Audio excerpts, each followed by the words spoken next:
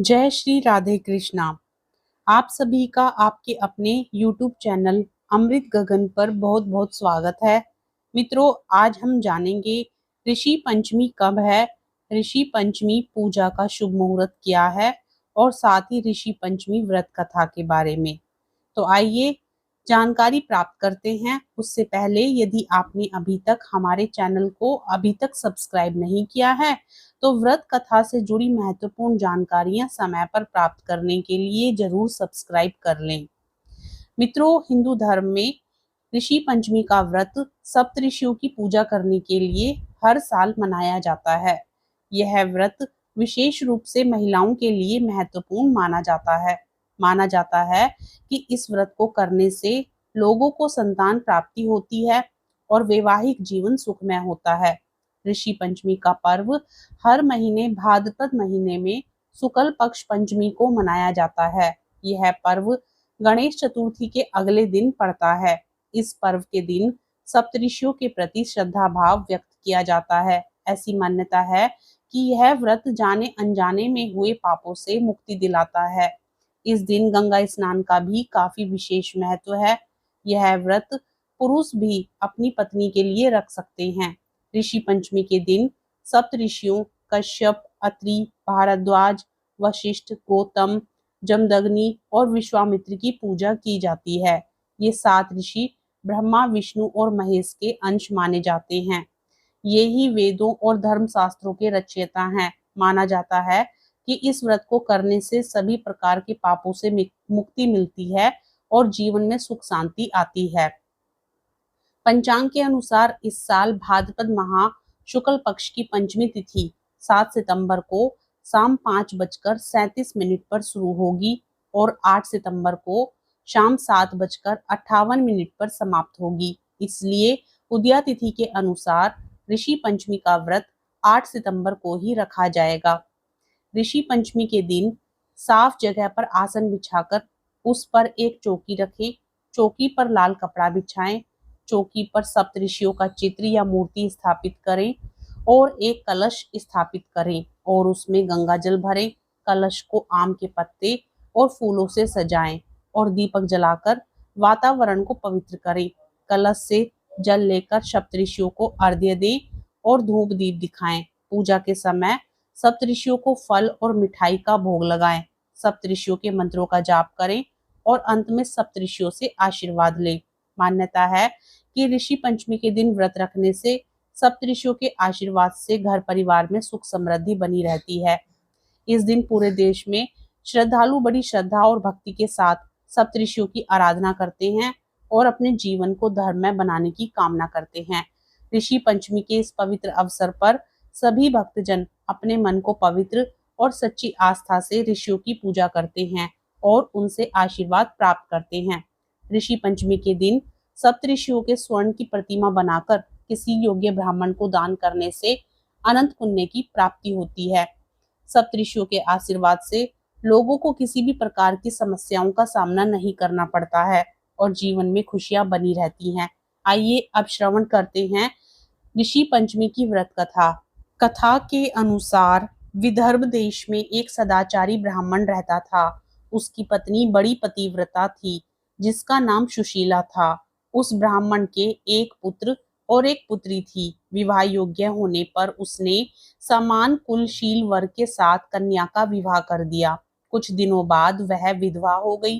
दुखी ब्राह्मण दंपति कन्या सहित गंगा तट पर कुटिया बनाकर रहने लगे। एक दिन ब्राह्मण कन्या सो रही थी कि उसका शरीर कीड़ों से भर गया। कन्या ने सारी बात माँ से कही। माँ ने अपने पति से सब कहते हुए पूछा, प्राणनाथ, मेरी साध्वी कन्या की यह गति होने का क्या कारण है? ब्राह्मण ने समाधि द्वारा इस घटना का पता लगाकर बताया, पूर्व जन्म में भी यह कन्या ब्राह्मणी थी। इसने रजस्वला होते ही बर्तन छू दिए थे। इस जन्म में भी इसने लोगों की देखा देखी ऋषि पंचमी का व्रत नहीं किया, इसलिए इसके शरीर में कीड़े पड़े हैं। धर्म शास्त्रों की मान्यता है कि रजस्वला स्त्री पहले दिन चांडालनी, दूसरे दिन ब्रह्मघातिनी तथा तीसरे दिन धोबिन के समान अपवित्र होती है। वह चौथे दिन स्नान करके शुद्ध होती है। यदि यह शुद्ध मन से अब भी ऋषि पंचमी का व्रत करे तो इसके सारे दुख दूर हो जाएंगे और अगले जन्म में अटल सौभाग्य प्राप्त करेगी। पिता की आज्ञा से पुत्री ने विधि पूर्वक ऋषि पंचमी का व्रत एवं पूजन किया। व्रत के प्रभाव से वह सारे दुखों से मुक्त हो गई। अगले जन्म में उसे अटल सौभाग्य सहित अक्षय सुखों का भोग मिला।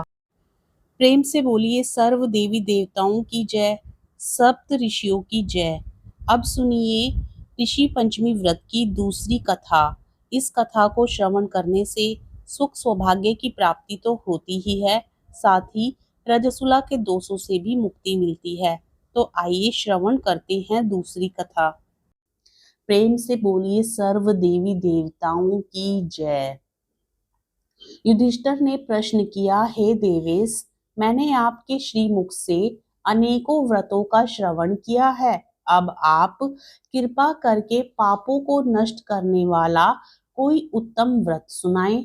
राजा के इन वचनों को सुनकर भगवान श्री कृष्ण जी बोले, हे राजेंद्र, अब मैं तुमको ऋषि पंचमी का व्रत सुनाता हूँ, जिसको धारण करने से स्त्री समस्त पापों से छुटकारा प्राप्त कर लेती है। हे नृपोत्तम, पूर्व समय में व्रतासुर का वध करने के कारण इंद्र के उस पाप को 4 स्थानों पर बांट दिया। पहला अग्नि की ज्वाला में, दूसरा नदियों के बरसाती जल में, तीसरा पर्वतों में और चौथा स्त्री के रज में। उस रजस्वला धर्म में जाने अनजाने उससे जो भी पाप हो जाते हैं, उनकी शुद्धि के लिए ऋषि पंचमी का व्रत करना उत्तम है। यह व्रत समान रूप से चारों वर्णों की स्त्रियों को करना चाहिए। इसी विषय में एक प्राचीन कथा का वर्णन कहता हूँ। सतयुग में विदर्भ नगरी में सयंजीत नामक राजा हुए। वे प्रजा का पुत्रवत पालन करते थे। उनके आचरण ऋषि के समान थे। उनके राज्य में समस्त वेदों का ज्ञाता, समस्त जीवों का उपकार करने वाला सुमित्र नामक एक कृषक ब्राह्मण निवास करता था। उनकी सती जयश्री पतिव्रता थी। ब्राह्मण के अनेक नौकर चाकर भी थे। एक समय वर्षा काल में जब वह साध्वी खेती के काम में लगी हुई थी, तब वह रजस्वला से हो गई। हे राजन, उसे अपने रजस्वला होने का भास हो गया, किंतु फिर भी वह घर गृहस्थी के कार्यों में लगी रही। कुछ समय के पश्चात दोनों स्त्री पुरुष अपनी अपनी आयु भोगकर मृत्यु को प्राप्त हुए। जयश्री अपने ऋतु दोष के कारण कुतिया बनी और सुमित को रजस्वला स्त्री के संपर्क में रहने के कारण बैल की योनि प्राप्त हुई। क्योंकि ऋतु दोष के अतिरिक्त इन दोनों का कोई और अपराध नहीं था, इस कारण इन दोनों को अपने पूर्व जन्म का समस्त विवरण याद रहा। वे दोनों कुतिया और बैल के रूप में रहकर अपने पुत्र सुमित के यहाँ पलने लगे। सुमित धर्मात्मा था और अतिथियों का पूर्ण सत्कार किया करता था। अपने पिता के श्राद्ध के दिन उसने अपने घर ब्राह्मणों को जिमाने के लिए नाना प्रकार के भोजन बनवाए। उसकी स्त्री किसी काम से बाहर गई हुई थी कि एक सर्प ने आकर रसोई के बर्तन में विष उड़ेल दिया। सुमित की मां कुतिया के रूप में बैठी हुई यह सब देख रही थी, अतः उसने अपने पुत्र को ब्रह्म हत्या के पाप से बचाने की इच्छा से उस बर्तन को स्पर्श कर लिया। सुमित की पत्नी से कुतिया का यह कृत्य सहा न गया और उसने एक जलती लकड़ी कुतिया को मारी। वह प्रतिदिन रसोई में जो झूठन आदि शेष रहती थी उस कुतिया के सामने डाल दिया करती थी, किंतु उस दिन क्रोध के कारण वह भी उसने नहीं दी। तब रात्रि के समय भूख से व्याकुल होकर वह कुतिया अपने पूर्व पति के पास आकर बोली, हे नाथ, आज मैं भूख से मरी जा रही हूँ। वैसे तो रोज ही मेरा पुत्र खाने को देता था, मगर आज उसने कुछ भी नहीं दिया। मैंने सांप के विष वाले खीर के बर्तन को ब्रह्म हत्या के भय से छूकर भ्रष्ट कर दिया था। इस कारण बहू ने मारा और खाने को भी नहीं दिया है। तब बैल ने कहा, हे भद्रे, तेरे ही पापों के कारण मैं भी इस योनि में आ पड़ा हूँ। बोझा ढोते ढोते मेरी कमर टूट गई है। आज मैं दिन भर खेत में जोतता रहा। मेरे पुत्र ने भी आज मुझे भोजन नहीं दिया और ऊपर से मारा भी खूब है। मुझे कष्ट देकर श्राद्ध को व्यर्थ ही किया है। अपने माता पिता की इन बातों को उनके पुत्र सुमित ने सुन लिया। उसने उसी समय जाकर उनको भरपेट भोजन कराया और उनके दुख से दुखी होकर वन में जाकर उसने ऋषियों से पूछा, हे स्वामी, मेरे माता पिता किन कर्मों के कारण इस योनि को प्राप्त हुए और किस प्रकार उससे छुटकारा पा सकते हैं। सुमित ने उन वचनों को श्रवण कर सर्वतपा नामक महर्षि दया करके बोले, पूर्व जन्म में तुम्हारी माता ने अपने उच्छृंखल खल स्वभाव के कारण रजस्वला होते हुए भी घर गृहस्थी के समस्त वस्तुओं को स्पर्श किया था और तुम्हारे पिता ने उसको स्पर्श किया था। इसी कारण वे कुतिया और बैल की योनि को प्राप्त हुए हैं। तुम उनकी मुक्ति के लिए ऋषि पंचमी का व्रत करो।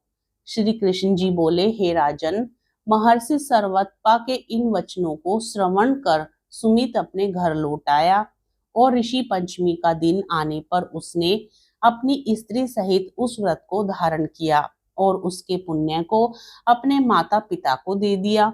व्रत के प्रभाव से उसके माता पिता दोनों ही पशु योनियों से मुक्त हो गए और स्वर्ग को चले गए। जो स्त्री इस व्रत को धारण करती है वह समस्त सुखों को प्राप्त करती है। ऋषि पंचमी के दिन हमारे सप्तऋषियों के द्वारा दी गई प्रेरणा और सीख के लिए यह कथा भी जरूर सुननी चाहिए। एक बार एक गांव में एक पेड़ के नीचे एक बहुत बड़ा विषैला सांप रहता था। वह लोगों को बेवजह परेशान करता था। किसी मनुष्य को देखते ही उन्हें भगाता और डसने का प्रयास करता तथा बिल में घुस जाता था। लोग उस सांप से बहुत परेशान हो गए थे। कोई उस पेड़ की तरफ डर से नहीं जाता था। एक दिन एक ऋषि उस रास्ते से गुजर रहे थे। लोगों ने देखा तो मना किया, आप उधर मत जाइए, वहां एक जहरीला सांप है। उस सांप ने हम सभी को परेशान करके रखा है। उधर किसी इंसान को देखते ही वह उसे डसने के लिए भागता है। ऋषि ने कहा, ठीक है, आज से वह आप सबको परेशान नहीं करेगा और उस पेड़ की तरफ गए। वह सांप ऋषि के पैरों की आवाज सुन बाहर आया और उनके आगे फन उठाकर गुस्सैल स्वभाव से कहा, कौन हो तुम? तुम्हें डर नहीं लगता जो मेरी बिल की तरफ आ गए? ऋषि हंसे और कहने लगे, डर? कैसा डर? सांप कहता है, मैं तुम्हें डस लूंगा और तुम दर्द से तड़पने लगोगे। ऋषि बोले, इससे तुम्हें क्या लाभ होगा? सांप कहता है, लोग डरेंगे और इस रास्ते में कभी नहीं आएंगे। तब ऋषि कहते हैं, आज तुम लोगों को डराओगे, परेशान करोगे तो तुम्हें भी एक दिन परेशानी झेलनी पड़ेगी। ये दुनिया गोल है, सभी के कर्म एक दिन लौटकर उसके पास आएंगे। तब उसे अपने कर्मों का फल भोगना पड़ेगा। इससे अच्छा यह है कि तुम उन्हें परेशान करना छोड़ दो। तुम्हें सब अच्छा कहेंगे और तुम्हारे अब तक के सारे पाप मिट जाएंगे। साधु की बात सुन वह सांप लोगों को डसना छोड़ देता है। अब लोग उस रास्ते से आराम से जाना आना शुरू कर देते हैं। कुछ महीनों बाद वह साधु उस रास्ते से गुजरता है तो देखता है वह सांप जख्मी अवस्था में पड़ा है। ऋषि ने पूछा, तुम्हारी ऐसी हालत किसने की? सांप ने कहा, ऋषि महात्मा, मैंने आपकी बातें सुन लोगों के साथ प्रेम से रहने लगा था। मैं उनके बच्चों के साथ खेलने जाया करता तो वह मुझे पत्थर मारते, मेरी पूंछ पकड़कर फेंक दिया करते। अच्छा करने का फल क्या यही होता है? ऋषि ने कहा, मैंने तुम्हें उन्हें डसने और परेशान ना करने को कहा था, लेकिन जब वह तुम्हें परेशान करे तब तुम्हें फन मारने से मना नहीं किया था। ऋषि उसे आशीर्वाद देकर ठीक कर देता है और कहते हैं कि तुम किसी को परेशान मत करो, लेकिन तुम्हें भी कोई बेवजह परेशान करे तो उसे सहन मत करो।